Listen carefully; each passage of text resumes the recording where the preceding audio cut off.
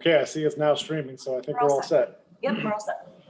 Okay, I'd like to call the North Ridgeville Board of Zoning and Building Appeals meeting to order. Will everyone please rise for the Pledge of Allegiance? I pledge allegiance to the flag of the United States of America, and the republic for which it stands, one nation, under God, indivisible, with liberty and justice for all. Will the clerk please take roll? Members of the board: Kane, Here. Smolik, Present. Masterson, here, Thibodeau, Here. Winkle, Here. Kimball, Here. members of the administration: Chief Building Official Guy Furston, Here.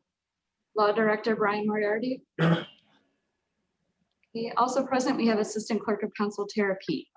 So all are present, Mr. Chairman. Thank you. Are there any corrections to the minutes from the meeting dated August 27, 2020? No. No. If there's no corrections at this time, the minutes will stand as stated. Are there any reports to come in front of the board this evening from Planning Commission? Mr. Chairman, there are no reports at this time. Thank you, sir. Are there any other reports or correspondence? Hearing none, we'll move on to the public hearing. Will the clerk please read the first application? Applicant Danielle Salika, Columbia Fence, 33549 East Royalton Road, Unit Number 1, Columbia Station, Ohio, 44028. Owner Gary and Angela McClure, 32018 Lilac Lane, North Ridgeville, Ohio, 44039. Requesting a variance to North Ridgeville Codified Ordinance, Section 1294.01H1A and Section 1294.01H3 for 6-foot high and 100% closed fence requiring a 2.5-foot height variance and 100% closed variance. Location 32018 Lilac Lane in an R1 residence district. Permanent parcel number 0700002102-231. Building inspector's comments. Section 1294.01H1A and Section 1294.01H3. Residential districts require from the front line of the building to the street, fences shall be 3.5 foot in height and 50% open. Applicants requesting 6-foot high and 100% closed fence, requiring a 2.5-foot height variance and 100% closed variance. BZA approval required. Thank you. Do we have a representative here this evening? That's me, Thank Columbia you. Fence, Danielle. That's okay. Could you please state your name again and your address for the record, and I'll swear you in?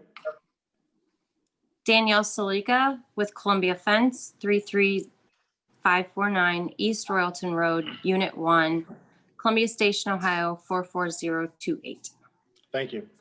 Do you swear or affirm the statements you're about to make in front of this Board of Zoning and Building Appeals for the City of North Ridgeville are true as you shall answer unto God or under the penalties of the law of perjury? I do. Thank you. Could you please tell us a little bit about your application? I am here on behalf of the homeowners because we had a new crew installing a fence for these homeowners, and they did not know that the rule was they were not allowed to go past the front of the house towards the street. There's still a 23-foot open. It's still 23 feet from the sidewalk to the fence, so it does not obstruct any view, and it gives the homeowners more privacy and security. And the only issue is apparently we had a new crew do this one, and they did not have any idea that they weren't allowed to do it, and they did it. Does that new crew order, measure, and quote the job? I'm sorry? Does that, I'm sorry, Mr. Chairman, this is James Kane. Can I ask a question? Yeah, go right ahead, James. Next time we have to do it in a proper format though, but that's okay. Go ahead. So, yeah, sorry about that. No worries, no worries. So, does that new crew measure, quote, pull material and stock the job, or does somebody in the supervisory role do that for this new crew? The crew gets paperwork and takes enough materials to do it. I personally do not know if it's Brian, the owner of the company, or the crew that decides how much material is taken. We always require that everyone takes extra materials regardless in case the footage is incorrect, and we'd rather have more than not enough. And I believe it was just an additional, like 3 sections of fence total between the front and the back line. So they should have had that on the truck regardless. Mr. Chair, Yes, please. this is not the first time that you've been here. I believe this is what, the 6th time? I find this extremely troubling. The last meeting that you were at, you always seem to have an excuse as to, this isn't your fault. This is the owner's fault. This is the crew's fault. I am really, really offended by the fact that you keep coming to our meetings unprepared. The city of North Ridgeville gives you you pulled a permit, correct? Yes, we did. You estimated the job. Therefore, I'm thinking that this solely falls upon you, and your constant deflecting this into somebody else's problem really is troubling to me. I don't know what guarantee that you're not going to continue to keep doing this. You're usually on our board once a month. This is getting to be really ridiculous. This is the second time I've ever been to a meeting. And how many cases were at the last meeting? How 1, many- and there's you only had 2 one? this time. 2 this time, 1 last time. Okay. Chair, can I ask Chief Building Official first and how many times we've had an issue with this contractor? Yes, please. We've had a number of issues with this contractor. They've been cited before to our mayor's court for failing to call for inspections. It took me several attempts to get them to the zoning board to get these variances that they're here tonight, and they come very close to getting their contractor registration revoked.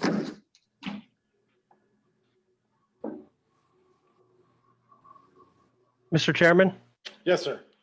I guess I'm confused on what the variance is for. Our written paperwork is for height, and we're talking about the geometric location. So could I get some, I guess, clarification on what they're asking for?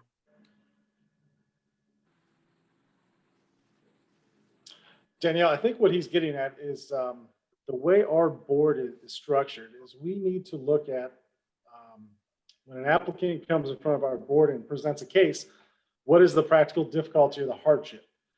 And I think, and Mr. Smoller, please correct me if I'm wrong, but I believe what he's getting at is what are your reasons for needing this exact?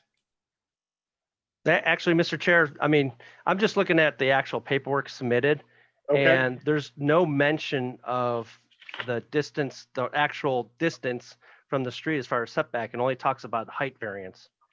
So all this discussion, there's nothing for the committee to review as far as location in the paperwork. on the topo that I'm looking at, it does show, if I'm looking at the right one, because we have a couple. There is handwriting on the topo that shows 16 foot from the sidewalk. I mean, that's handwritten, it's not from the surveyor, obviously, and it shows the location of the gate. Is that maybe what you're? No, I'm referring to? actually looking at the application form and the just the actual paperwork itself. I guess maybe if the law department could chime in, because what we're discussing doesn't match the paperwork submitted to this board. Mr. Chairman, I agree. It shows a height difference and an enclosure difference on the paperwork. Nothing about distance from sidewalk or front of house. You see that, doesn't it? That's how your ordinance is structured. The ordinance has a specific height and a specific openness in the ordinance. It doesn't say anything about how far out they can go past the building line beyond that height and openness. They're saying they're about 16 feet from the sidewalk. So they're going beyond the front line of the building, because that's a corner lot. They need a 2.5 foot height variance and a 100% closure. If you think that they're too close to the sidewalk, then that's up to you whether you approve their variance. Okay, thank you for the clarification. Mr. Chairman, Yes. I Go just ahead, find this I find that, I was trying to find the words. Okay, I didn't know if you didn't hear me.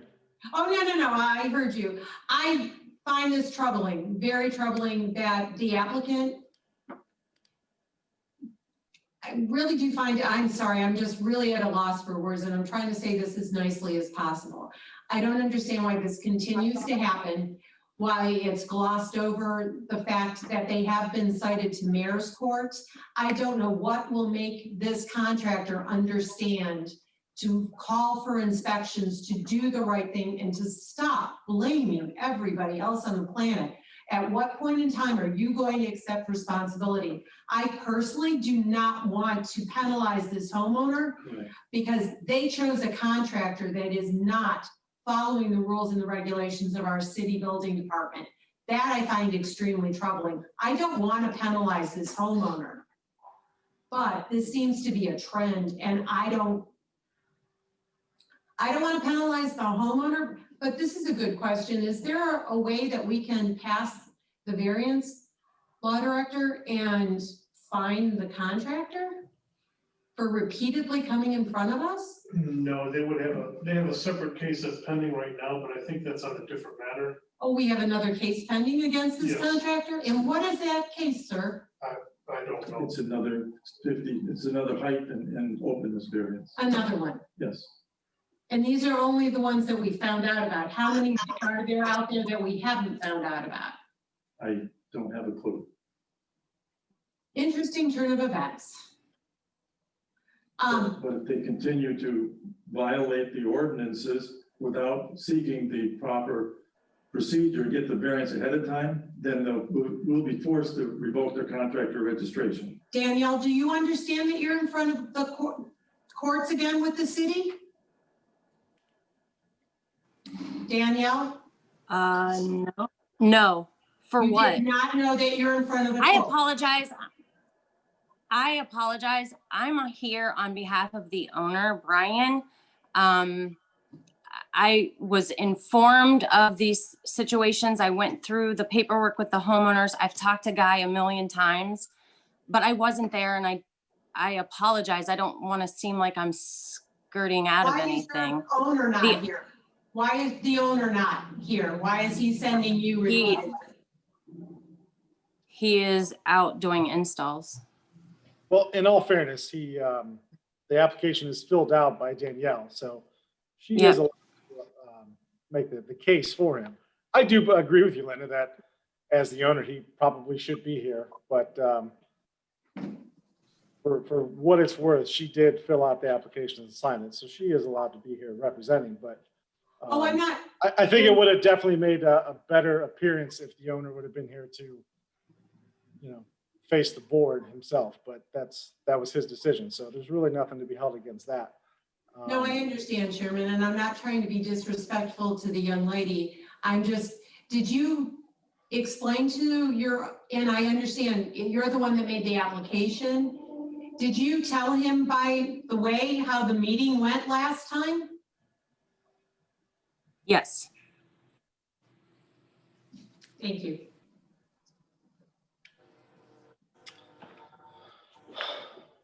Are there any other questions or comments from any board members? Is there any comments on YouTube Live that we need to be made aware of? We have nothing right now, Mr. Chairman. Mr. Chairman, Yes, sir. just for your knowledge, this address, this fence that this resident has had installed matches up with the neighbor's fence, and the neighbor did receive a variance. Fortunately, they went through the right process and got the variance before the fence went up. And that fence on the neighbor's property is 50% open, correct? No, it's 100% closed. It was a privacy fence, if I remember correctly. but this matches up with it.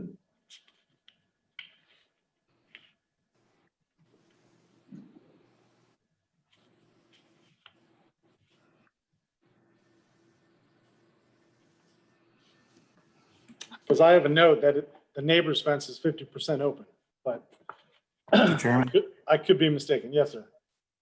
I went by the property today. The fence that does back up to it is 50% open. It's a wood fence, white. Thank you. So it is, in fact, not 100% closed fence. Thank you. If there's no other questions or comments from any board members or administration, and nothing from YouTube Live at this time, the chair will entertain a motion. I make a motion to deny. Do we have a second? Yes. Will the clerk please take roll? Kane, Yes. Smolik, Yes. Masterson, Yes. Thibodeau, Yes. Kimball. Yes. Okay, so motion fails with a vote of 5-0. That would be correct. Okay.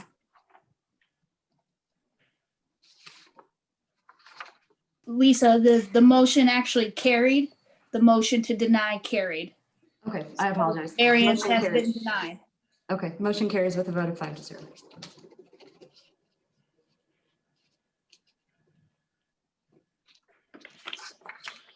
Moving on to the next application, will the clerk please read the next case? Applicant Danielle Salika, Columbia Fence, 33549 East Royalton Road, Unit Number 1, Columbia Station, Ohio, 44028. Owner Erica Dennis, 31972 Rustic Ridge, North Ridgeville, Ohio, 44039.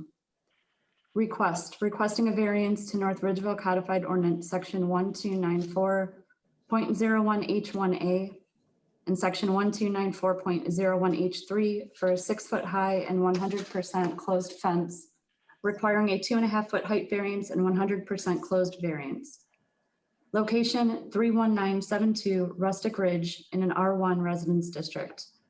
Permanent parcel number 0700002106002. Building inspector's comments. Section 1294.01H1A and Section 1294.01H3. Residential districts require from the front line of the building to the street, fences shall be 3.5 foot in height and 50% open.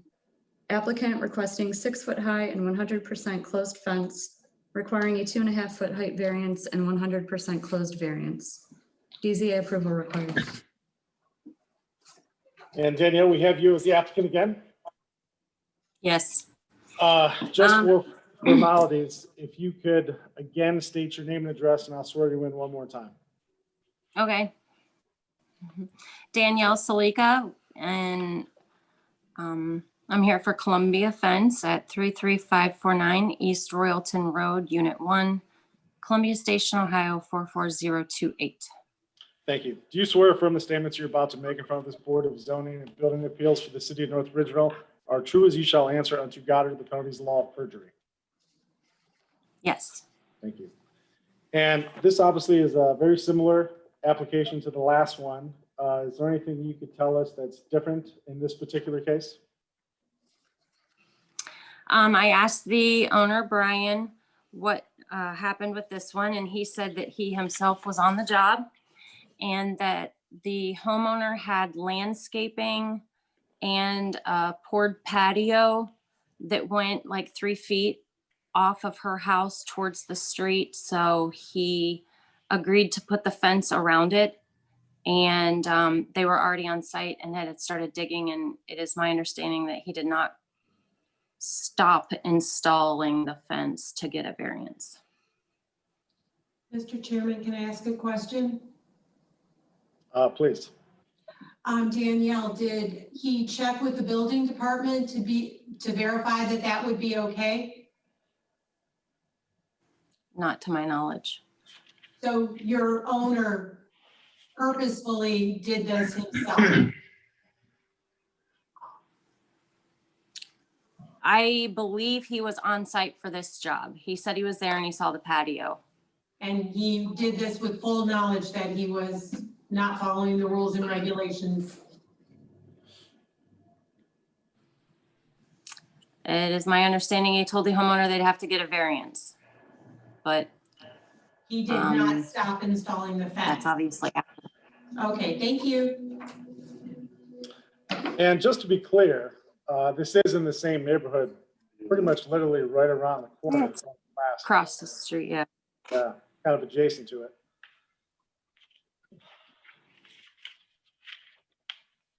You guys have created quite the predicament, that's for sure. Mr. Chairman, can I Yes, ask sir. a question? Please. Danielle, are they pulling the permits before they start the work, or are they starting the work, pulling the permits and variances when they're done? And, I mean, how can you pass that on to a homeowner as a company for you not doing your job? I actually am given the paperwork after the job sells and I start the permit and draw it up and give it to the city. And then they give the permit back to me. After that, Brian schedules the jobs and calls the post holes and everything. Excuse me, Chairman. Yes. I understand the predicament that I'm putting your company in, as well as these homeowners. I hate to decline these applications. You are, if it does fail, you do have the option of coming back to us again. I just don't see any reason why we should continue to grant you variances. You blatantly just told us if you followed the procedures, your boss purposefully put the fence where he wasn't allowed to put it. Am I wrong? It is my understanding that when he got there and the cement was where it was and they went around the patio. Wasn't the patio there when he estimated the job?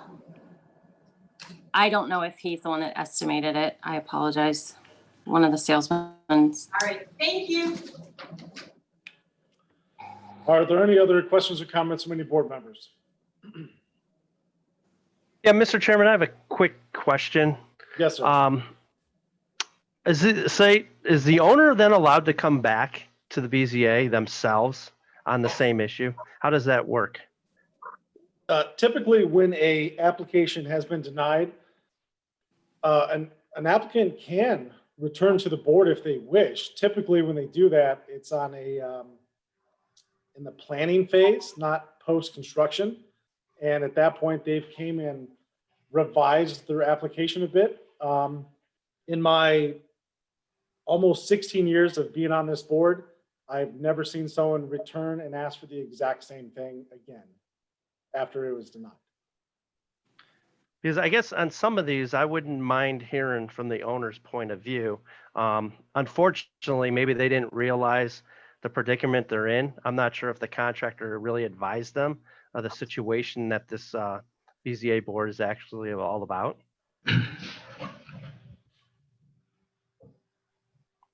I don't know if the contractor wants to chime in on, did you actually explain they had the option to come themselves and present their case?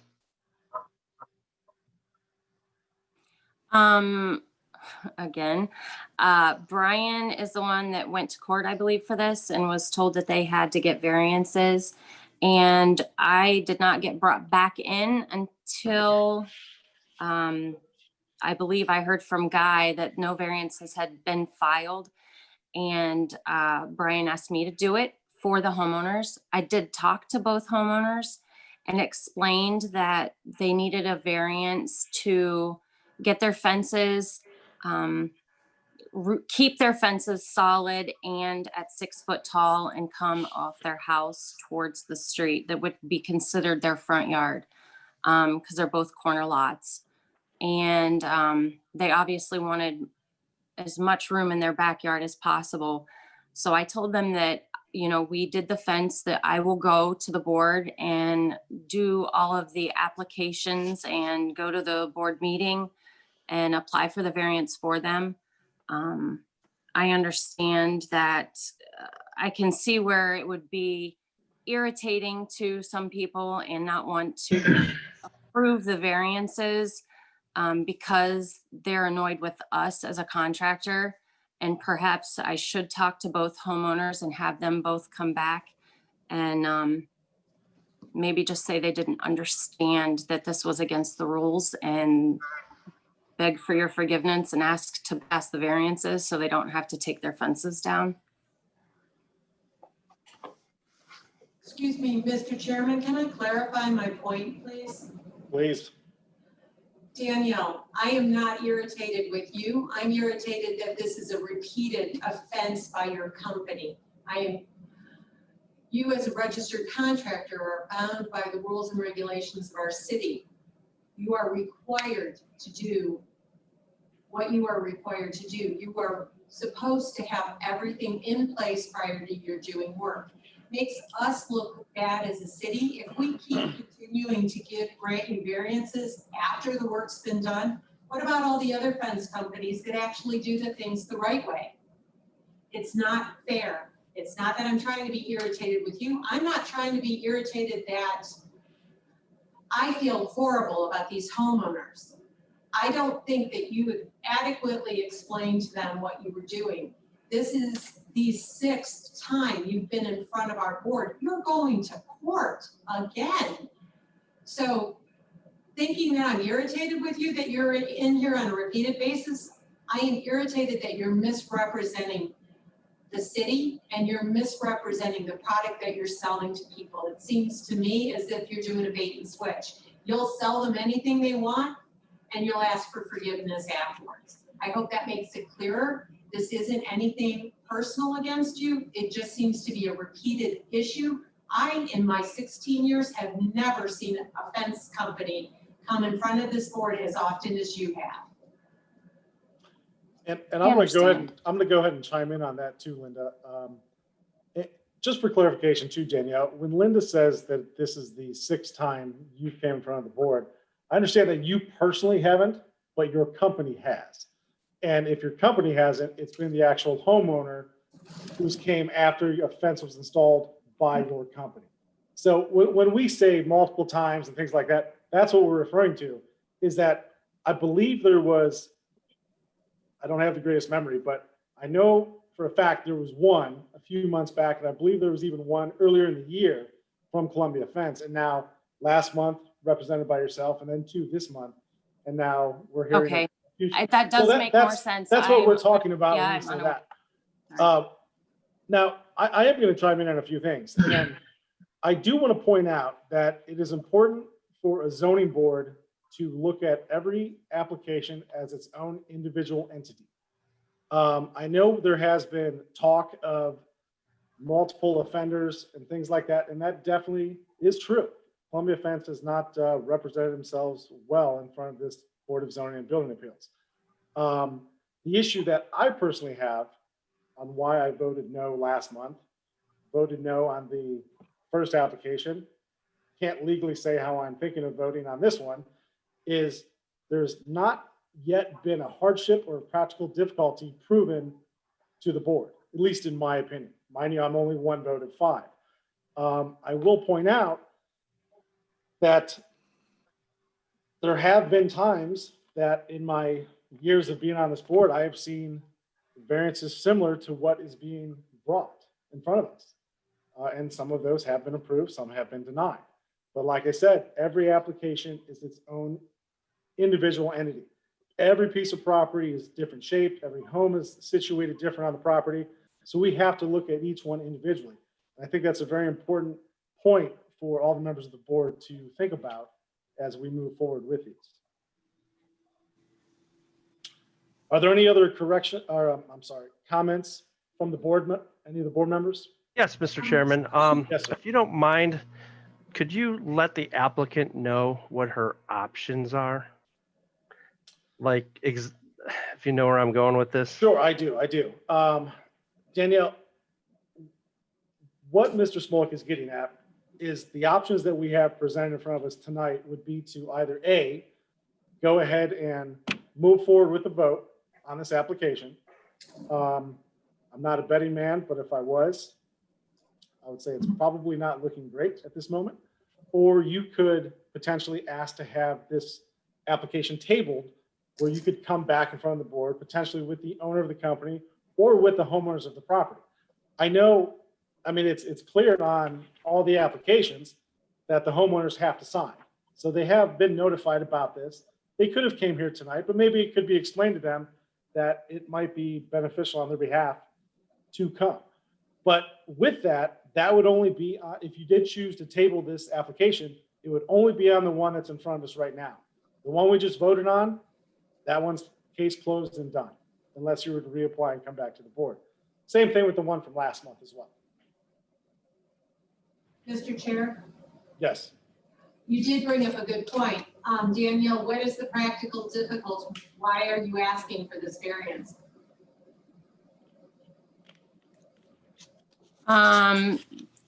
The homeowners do not have a huge yard and they wanted as much yard as possible. And they wanted to keep it 6 foot tall and solid for security and privacy.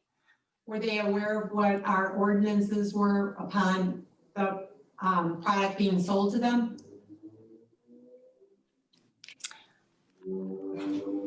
I would hope so. Do you have any interest, Danielle, in when I got- postponing this I application? apologize. When I got the drawings, I believe they were taken straight off the back of the house. Like when they come to me and I do the permits.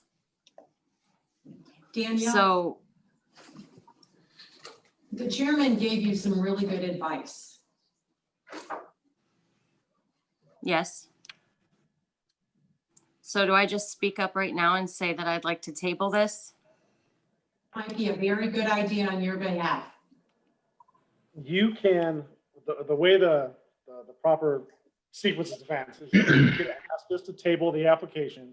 At that point, we would take a vote to table it, and then we would move on and put you on next month's meeting. But just as a reminder, this is purely just for the Rustic Ridge application that we're currently talking about right now. Bring them both back next month. We can't. You can reconsider. Yes, that's what I'm saying. Oh, excuse me, Chairman. Yes, Brian Moriarty has something to tell you, sir. please. Mr. Chair, I believe that if that's the intent of the board is to revisit the second application, I think we're still in session. I think we can reconsider the vote on the first one. I'm not sure, Tara, if there's anything that prohibits a reconsideration and table that as well to package them together.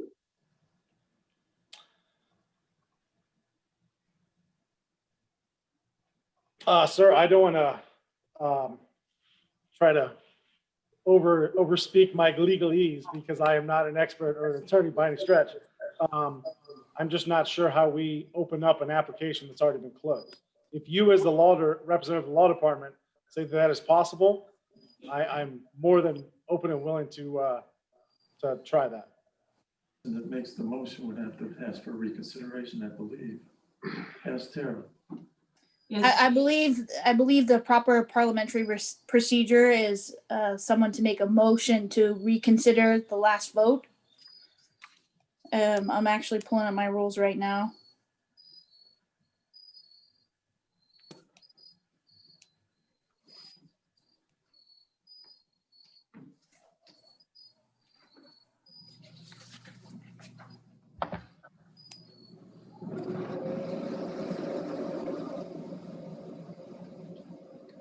So if you want to change a decision that was made in the same meeting, the proper motion would be a motion to reconsider. Okay. Do you understand what we're getting at here, Danielle? Is we could Yes. make a motion to reconsider the first application. At that time, we would bring it back on the docket and vote to table that application, and we could table the second, and then we could have, that would provide the opportunity for the owner of Columbia Fence to come here and give his thoughts on what has happened. And my personal recommendation would be to have the homeowners on the Zoom call as well. I don't see us being live in the council chambers by next month, but never know. I agree. Mr. Chairman, Yes, sir. I'd like to make a motion to reconsider the first application, 32018 Lilac Lane. Don't we have an open? Yeah, Tara, don't we have to table this one first and then before we go to the new business? Correct. Okay. So let's finish the motion to table on the second case right now. Okay. Sorry. Nope, no problem. I like what you were thinking though, James. Mr. Chairman, can I table this? Thank you. We can definitely consider that. Do we have a motion to table this application? I Chairman. second. Chairman, I move that we table this application for 31972 Rustic Ridge until the next meeting. And it sounded like Linda gave a second. Correct. Will the clerk please take roll to table this application? Kane, Yes. Smolik, Yes. Masterson, Yes. Thibodeau, Yes. Kimball. Yes. Motion to table the application carries by a vote of 5-0. Thank you. Chairman, can I make a motion to reconsider the first application? You may. I make I that second. motion. Will the clerk please take roll to reconsider the first application for 32018 Lilac Lane, North Ridgeville? The table it till next month? Kane, Correct. Yes. Smolik, Yes. Masterson, Yes. Thibodeau, Yes. Kimball. Yes. Mr. Chair, who was the second on that motion, please? That was Smolik. Thank you. It was Mr. Smolik. Thank you. Thank you, Danielle. I know we kind of beat up on you a little bit here this evening, but we are trying to work with you, and we do care deeply for the homeowners because they obviously have a vested interest. The in most all to that, lose. and they have the most to lose. And they're the ones that have to live with the decisions that's happened from your board and from our board as well. Not your board, your company. So thank you for coming this evening, and we will see you next month, hopefully. with, Mr. Chair? Do I need a motion to table the reconsideration of the first? I Yes. think we just voted on that. No, that was the motion to reconsider. So now we need a motion to table. Okay, I make a motion to table it. I'll second. Will the clerk please take roll? Kane, Yes. Smolik, Yes. Masterson, Yes. Thibodeau, Yes. Kimball. Yes. Motion to table the application carried by a vote of 5-0. Okay, thank you, Danielle. We'll see you next month, hopefully with. Thank the you, Owner everyone. and the owners of the property. Got it. Moving on to the next application. Will the clerk please read the applicant? Applicant Julie Byrne, G&B Properties, 33649 St. Francis Drive, Avon, Ohio, 44011. Owner, J&J Enterprises LLC, P.O. Box 451222, Westlake, Ohio, 44145. Request. Requesting a variance to North Ridgeville Codified Ordinance Section 1262.04B1 for 16.67 foot front yard on Francis Street, requiring a 13.33 foot variance. Location, corner of Main Street and Francis Street in an RS2 residence district. Permanent parcel numbers 0700007120, 046, and 047. Building inspector's comments.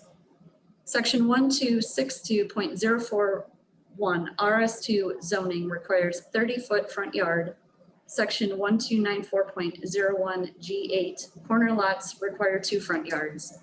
Applicant requesting a 16.67-foot front yard on Francis Street requiring a 13.33-foot variance. BZA approval required. Thank you. Do we have a representative here this evening? Yeah, it's Kevin Hoffman with Polaris Engineering and Surveying. We Thank you, Kevin. prepare the site plan. Could you state your address and I'll swear you in for the record? 34600 Chardon Road, Willoughby Hills, Ohio, 44094.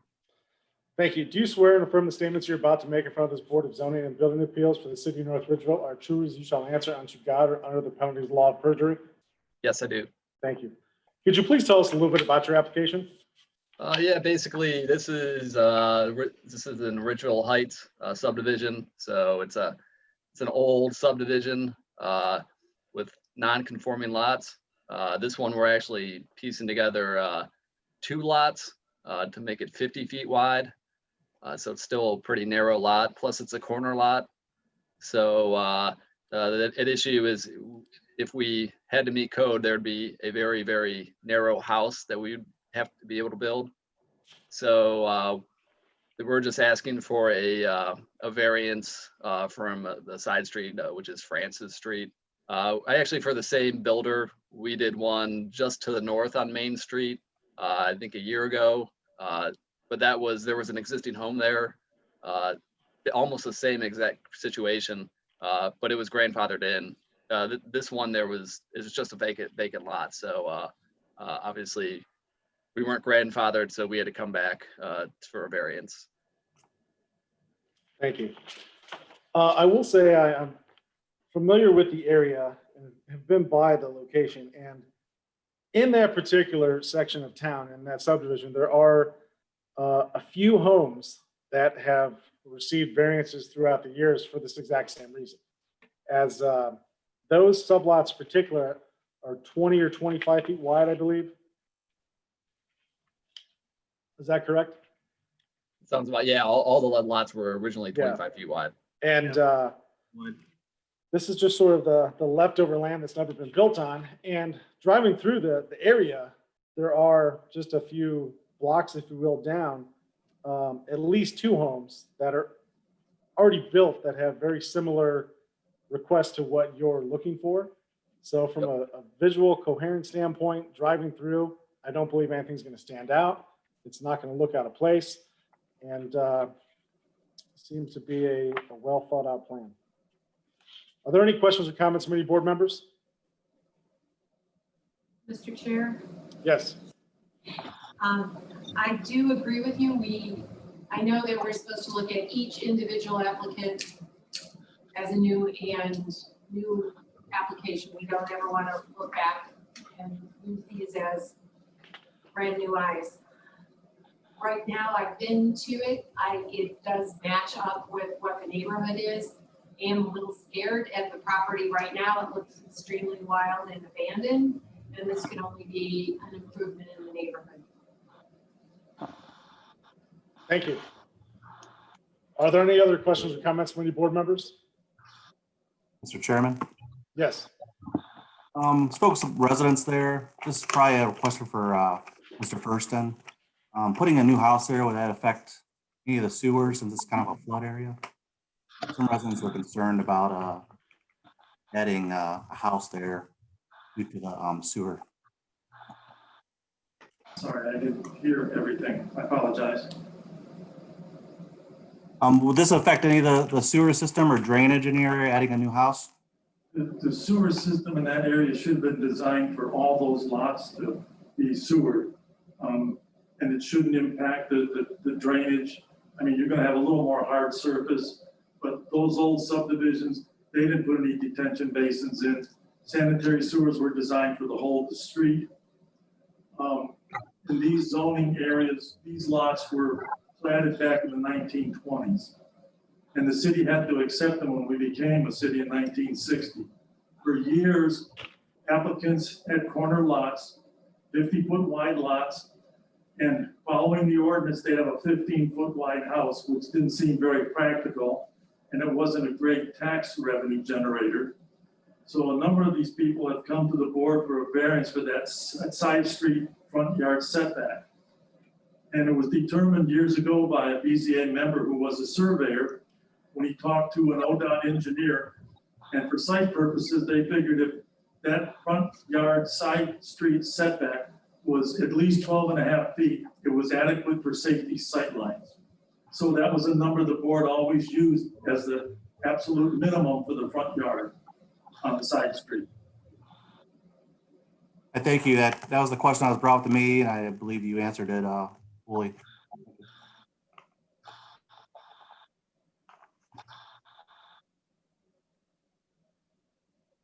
And just to add on to Mr. Ferguson's comments about the 12.5 foot, this one is set back at 16.67, so it even exceeds the recommendation from the board member from years ago.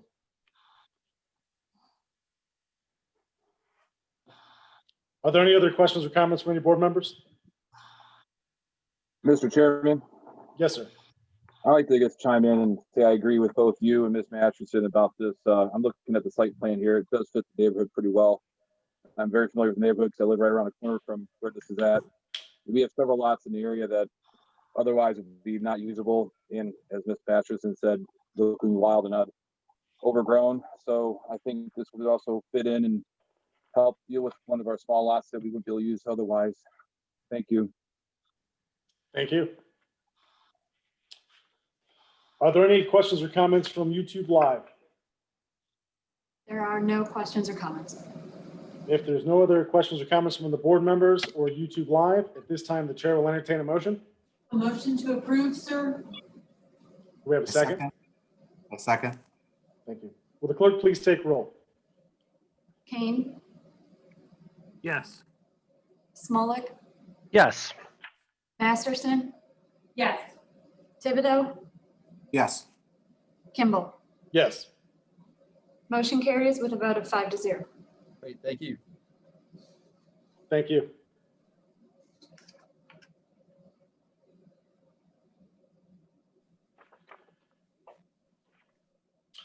Moving on, will the clerk please read the next application?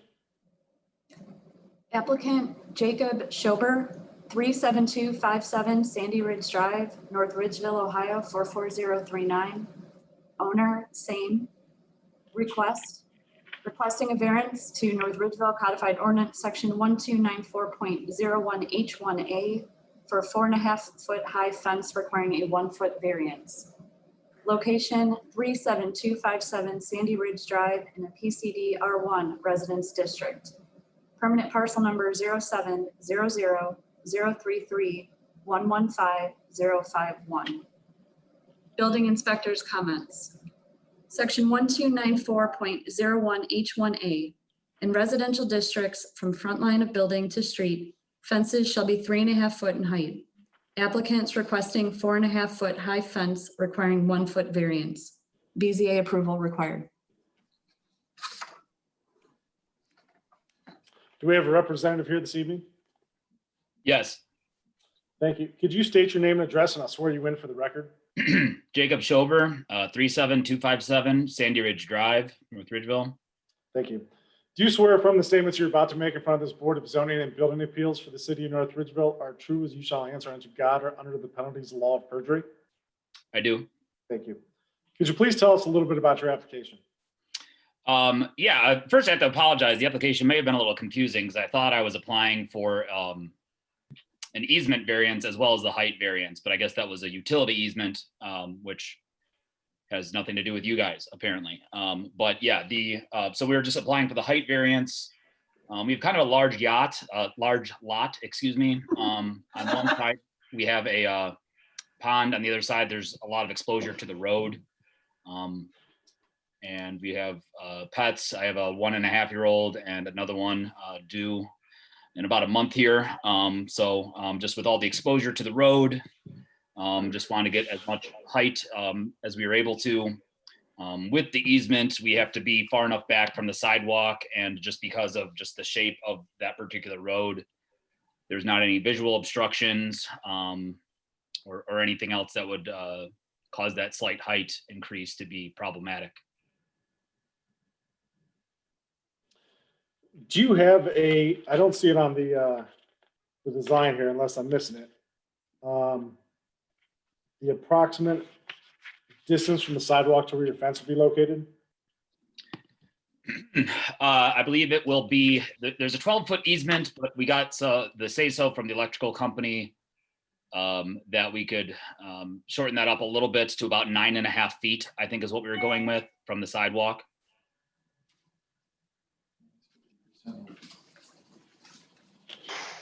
And Mr. Chairman, Yes. and is this also from the way that I'm reading this, are you going to be making this fence 50% open, sir? Yes. Okay. Just thank you for the clarification. Yes, no problem. Me and the contractor kind of filled that out together, so it was a little unclear. So we may have left that out, but yeah, we'll be a picket fence, 50% open. And sir, I apologize if I'm missing it, but so are you planning on bringing the fence to the rear corner of the house or the front corner? Rear corner. Okay. Thank you, Chairman, for asking that question. No problem.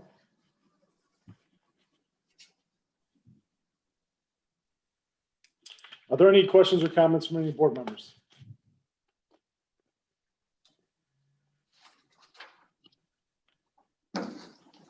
Are there any questions or comments from YouTube Live? There are no questions and comments. If there's no questions or comments from the board? Mr. Chairman, I have another quick question. Yes, sir. The applicant indicated that he did contact First Energy in regards to electric. There's other utilities in that easement. Did they talk to the other utilities within that easement? It's yeah. Well, we're trying. It's hard to get to the right folks there, but we got it all flagged out, and the line that is the most away from the sidewalk is the electrical line. So I figured that would be the one that was the most urgent to get the say so from. So you did contact OOPS and they did do a locate out there then? Yes. Okay. Yeah, the end of the lines was about 8 feet, and the First Energy guy said 18 inches away from that, you can't like jump over it or anything like that, which I was hoping I could get all the way out next to the sidewalk, but that doesn't seem like something that we're going to be able to do. Okay, Mr. Chairman? Yes, ma'am. I just wanted to make one comment. I just wanted to thank this gentleman for coming to us first and getting everything done in the proper fashion.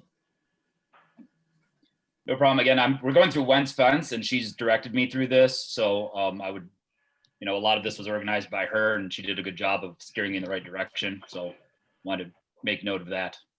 Thank you. Thank you, sir. If there's no other questions or comments from the board or YouTube Live at this time, the chair will entertain a motion. Motion to accept? Second. Will the clerk please take roll? Kane, Yes. Smolik, Yes. Masterson, Yes. Thibodeau, Yes. Kimball. Yes. Motion carries with a vote of 5-0.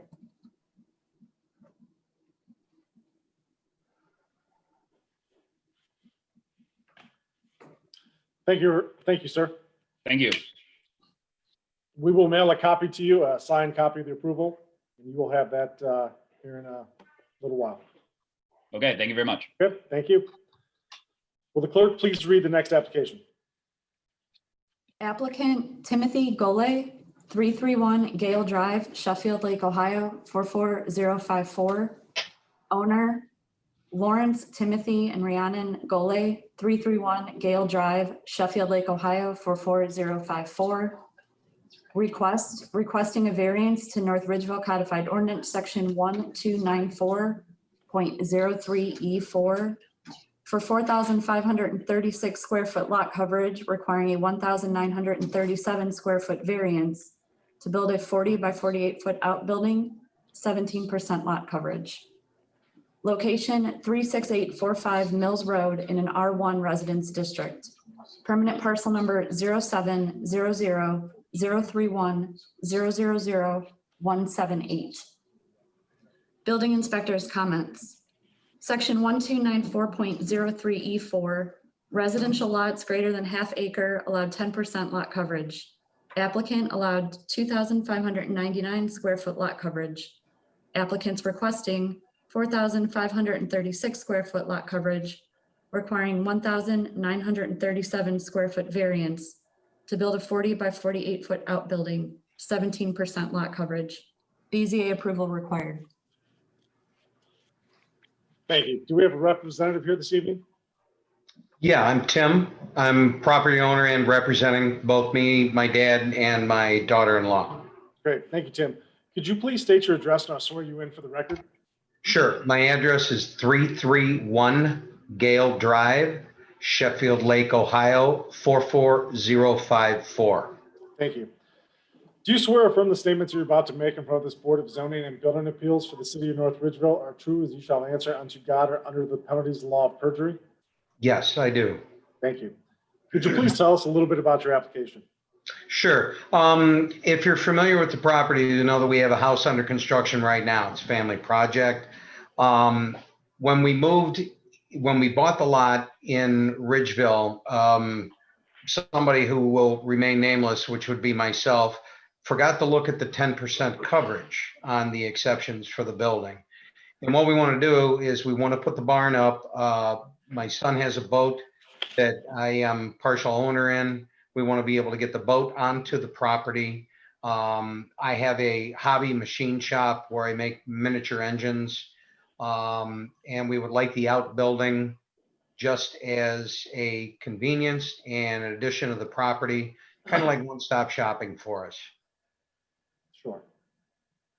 Thank you for that.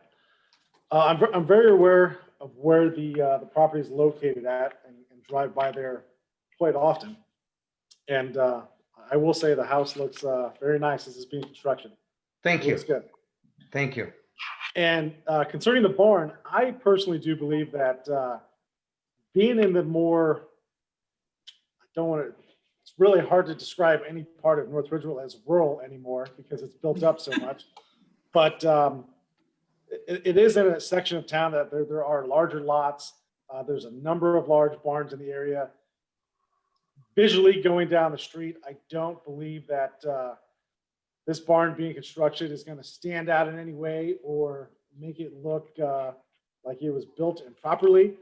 You have it designed where it's in the furthest corner in the back of the property. There's a significant amount of space between the home and the barn.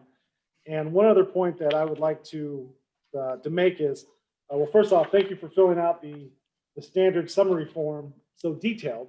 A lot of people skim right through that, so I appreciate the effort that you made. But number two, you answered code allows one each detached garage, 676 square feet, shed, the same, totaling 1,454 square feet. Barn is 1,900 square feet. So it really is, as you're pointing out, only a 548 square foot addition from what the code is. Now that's clearly not what we're discussing on granting the variance for, but in all reality, I don't believe having two barns on the property that you wouldn't be able to accomplish what you're looking for. And two, I think that from a visual standpoint wouldn't look nearly as appealing as having one large barn in the rear corner as you've designed. So the application seems to make sense in my opinion. Mr. Chair? Yes. I will agree with you. He did a very good job on filling out the application. He cited very good reasons for practical difficulty. The one that you didn't touch on, and I'm just making sure that we all noticed it. I do want everybody to remember that there is a roundabout coming into that area, and this could also provide a buffer to the residents. It'll create a buffer to the house from the traffic, from the increase. Because the roundabout, while it'll do a great job moving traffic because traffic stacks up there and I avoid that area as best as I can, that'll be another reason to that's another practical difficulty he'll be experiencing. Thank you for pointing that out. Are there any other questions or comments from any board members? The chairman, Yes, sir. just next door, the next door property also has a large barn. It would not be out of place at all if that he built his barn on his property. Thank you for pointing that out. Mr. Chairman, quick question. Yes, sir.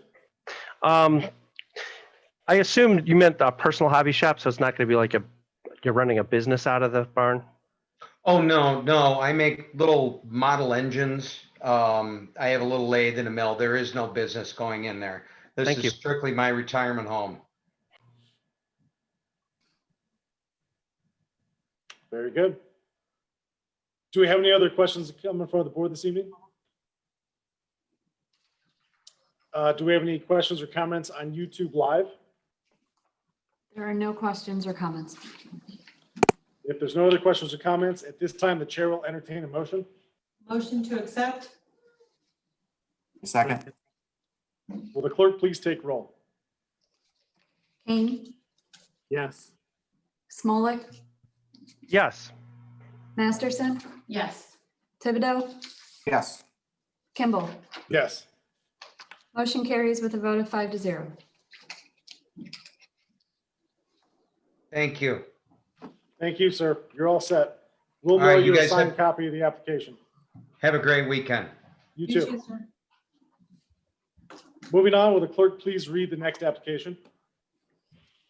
Applicant James Martinowski, Osborne Capital Group, 7670 Tyler Boulevard, Mentor, Ohio, 44060. Owner Cook Road Properties, 7670 Tyler Boulevard, Mentor, Ohio, 44060. Requesting a variance to North Ridgeville Codified Ordinance, Section 1268.04A for Parcel A, 0.643 acre lot with a 119-foot width requiring a 0.357 acre lot variance and a 31-foot width variance. Parcel B, 0.719 acre lot with a 104-foot width requiring a 0.281 acre lot variance and a 46-foot width variance. Location 32435 Cook Road in a B3 district. Permanent parcel numbers 0700 003 102 048 and 049. Building inspector's comments. Section 1268.04A, B3 zoning requires lot to be 1 acre and 150-foot width. Applicants requesting 0.643 acre lot, 119-foot width for parcel A, requiring 0.357 acre lot, 31-foot width variances, and 0.719 acre lot, 104-foot width for parcel B, requiring a 0.281 acre lot, 46-foot width variances. BZA approval required. Thank you. Do we have a representative here this evening? Yes, my name is James Martinowski. Sir, could you state your address and I'll swear you in for the record? 7670 Tyler Boulevard, Mentor, Ohio. Thank you. Do you swear or affirm the statements you're about to make in front of this Board of Zoning and Building Appeals for the City of North Ridgeville are true as you shall answer unto God or under the penalties of the law of perjury? Yes. Thank you. Could you please tell us a little bit about your application? Yeah, this is at the area of Cook and Lorraine, and we are looking at developing. I've submitted to Planning Commission, which is for next month. You guys were first in line. Right now, what you see there on the plan, as we've drawn up for Starbucks, is going in there, and we're requesting to split those into 2 separate parcels. There'll be cross easements and everything, you know, for both of them to use the area, but nowadays with the way leases are written up and even construction loans and documents is that they prefer freestanding parcels when a building's on it. So it's tracked, the taxes are separate and everything else. So that's what we're requesting to be split into 2. Thank you. I'm very familiar with the area as I drive through there often. I will say that that whole area is a unique corner of town, if you will. And it's rapidly building up. And one thing that I do want to point out is that some of the recent development has, from a visual standpoint, from the actual structures, will look very similar to what you have shown on your drawing. Chipotle, Dunkin', they're both more of the narrow type of buildings with parking surround. And even Dunkin' has a drive-through lane similar to what you have proposed on your topo here.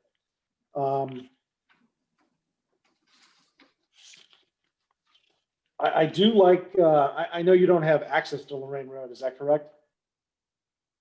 From this parcel, that's correct. Yes. Having access from Cook Road, I think would help alleviate some of the traffic stacking issues pulling in and out of some of the Lorraine Road businesses that we currently have. And your design, even though it is a smaller parcel than what is currently allowed, does seem to fit well with the area and would allow for a better management of the traffic flow that would no doubt come with the business that would be going there. Yes, sir. Mr. Do we have any Chair, questions or comments from any board members? Mr. Chair? Yes. Hi. My comment is, in reference to the email that we all received from the homeowners on Cook Road, I just wanted to touch on a little bit on what you said. I know I know that going forward, we're gonna have to look at properties differently just because of, due to the pandemic, we're facing unprecedented situations, and I can understand why a company would want to be able to own the property. That is a very good practical difficulty. I would like Mr. Smolik to take to Planning Commission that when this application does come up in front of you, if you guys could address some of the issues. I do drive down Lorraine Road. I do try to get into Dunkin' Donuts, and traffic is backed up. But I do think that part of that problem is because none of those buildings on that side of the road have interconnected parking lots. I was just thinking that maybe from a planning standpoint, you could bring that up on behalf of our board. I understand that that is not anything that our board can even remotely take into consideration. This is all. Mr. Chairman. Oh, I'm sorry. Go on, Linda. That's okay. I just think this is a very good application as far as it being in front of us for the BZA. I understand the practical difficulty in order to issue them, what they're asking. I'm just asking Mr. Smolik if when it's in front of Planning Commission, you can take into consideration making it more integrated. That's all. It was just a question. I know that we have absolutely no standing and we can't even ask you to do that. Mr. Chairman, do you mind if I chime in? Please.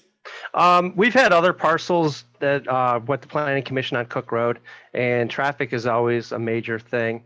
One of their submissions to Planning Commission is a traffic study from a licensed engineer. So we are definitely going to get that. So yes, traffic is a big thing we look at with Planning Commission, but thank you for the comment. Thank you. Mr. Chairman, do you mind? I have a couple of comments to the board. By all means, sir. I guess my concern is we're sort of jamming too much into this parcel. I'm concerned with, we'll look at parcel A. You already have an egress ingress easement already going into that. So that based on that existing building to the west. So you have that little triangle cut out already.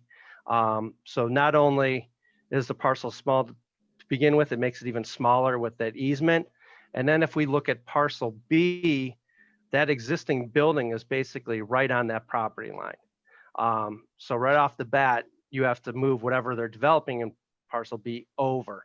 So, I mean, just based on when I'm looking at it, I just think there's just too much going on here.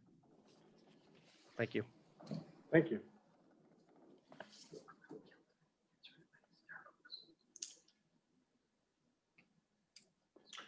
Mr. Smolik, just to discuss a bit of what you brought up, and first off, I thank you for those comments. You always have very well thought out comments that you like to make on applications, and I do very much appreciate that. On this one, I am going to disagree with you just a bit.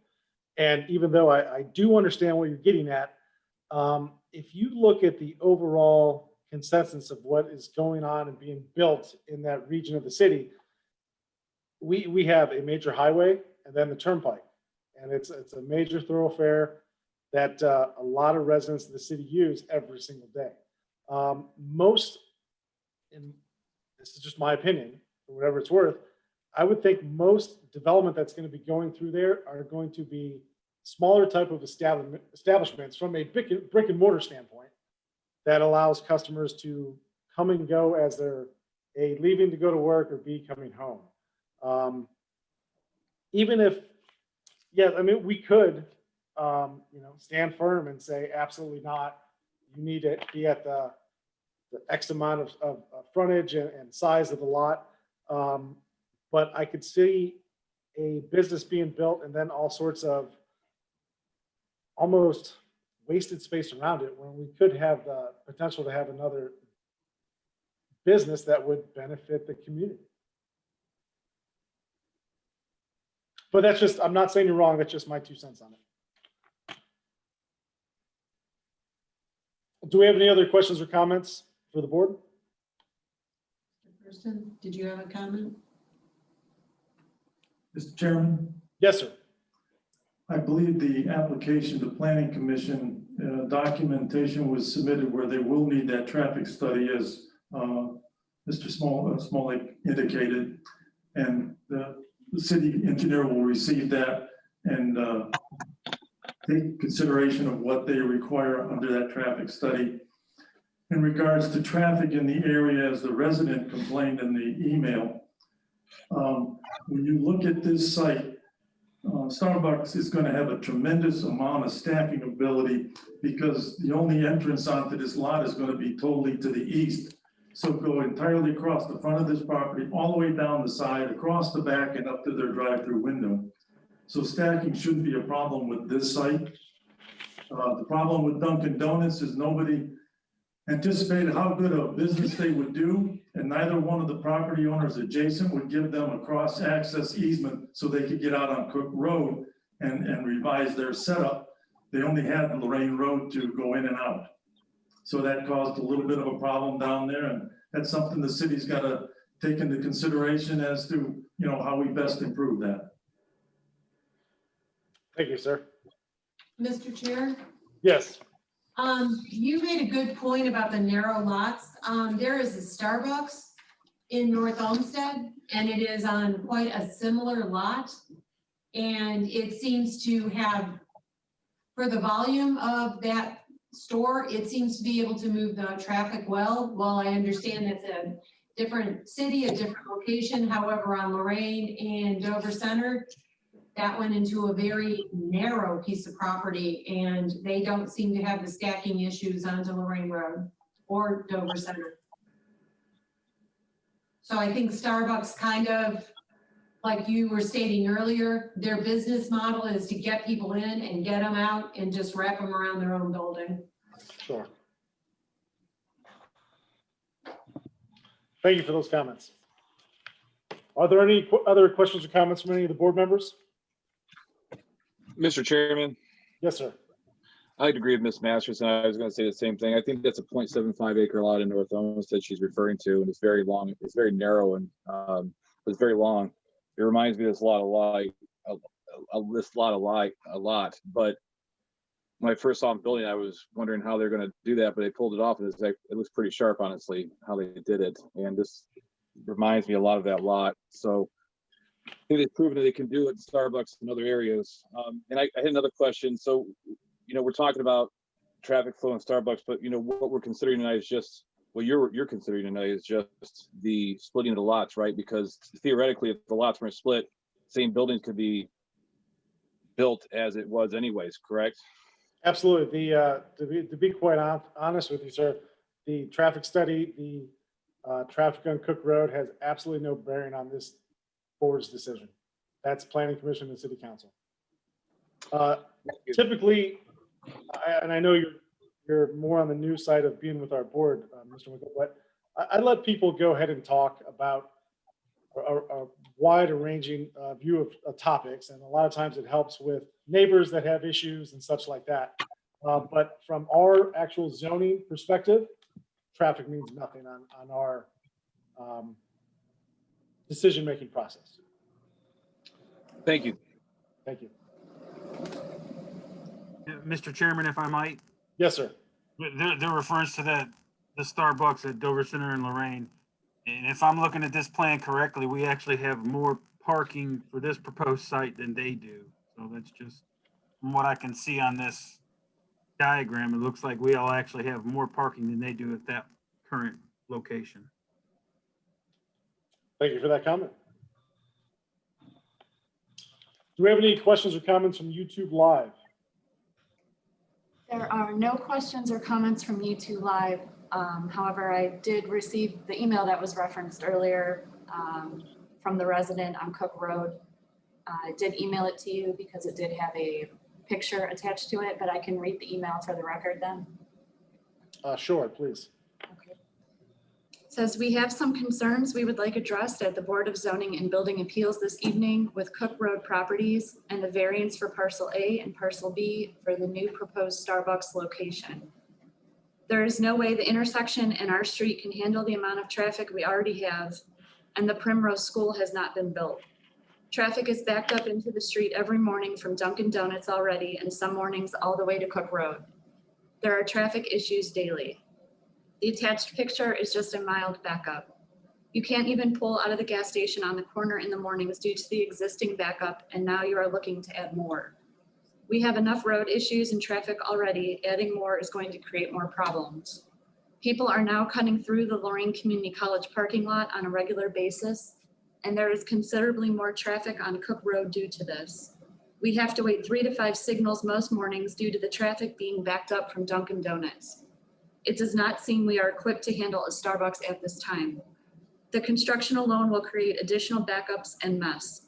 No one monitored the other building projects on our city portion of Cook Road. The debris and dirt over the roads was terrible, and the contractors did not sweep the streets and clean up. It makes opening windows impossible due to the dirt and debris. We are still currently having problems with the property being maintained that Primrose Schools owns. How is the city going to handle the drainage and the construction? Please feel free to call to discuss. Thank you, Wayne and Jill Zuck at 32055 Cook Road. Thank you for reading that for the record. I will address that briefly, and those are all very valid points from the homeowner's email. Unfortunately, this is not the board to address those points. I would recommend that, I'm sorry, Mr. Zook, I believe is his name, who wrote the email, that he would go and talk to members of the Planning Commission. Definitely advise him to attend the Planning Commission meeting and City Council if it gets that far. But as far as some of the maintenance things over there, our engineering department, I am confident will do a thorough job to make sure that any future development that happens will be handled in a proper way where it's not creating more of any sort of flooding issue. If there's dirt and such on the road, they can always call the building or engineering department to help get that addressed, or probably the street department would be the best place to go to for that.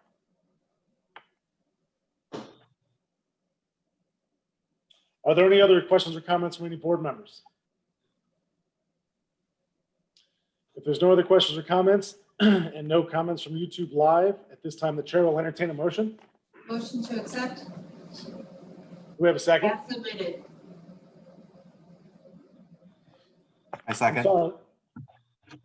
Sorry, Linda, what did you say? A motion to accept as submitted. Thank you. Okay. And I think I heard someone say second. Was that you, Neil? Thibodeau. Thank you. Will the clerk please take roll? Kane, Yes. Smolik, No. Masterson, Yes. Thibodeau, Yes. Kimball. Yes. Motion carries with a vote of 4 to 1. Okay, sir, you are all set, and we will mail you a signed copy of the approval. And, Thank you. We're good to go. Thank you very much for attending this evening. And sorry you had to wait so long. That's quite a wait. Thank you. Looking forward to seeing everybody in person. Oh, absolutely. Well, we're not quite done yet. Is there any other business to come in front of the board this evening? If there's none at this time, the chair makes a motion to adjourn. All those signify by aye. Aye. Meeting adjourned. It will be nice, Linda, when we can all be in there in person, that's for sure. Thank you, sir. Bye, everybody. All right, good Have a night. good evening. Thank you. Everyone.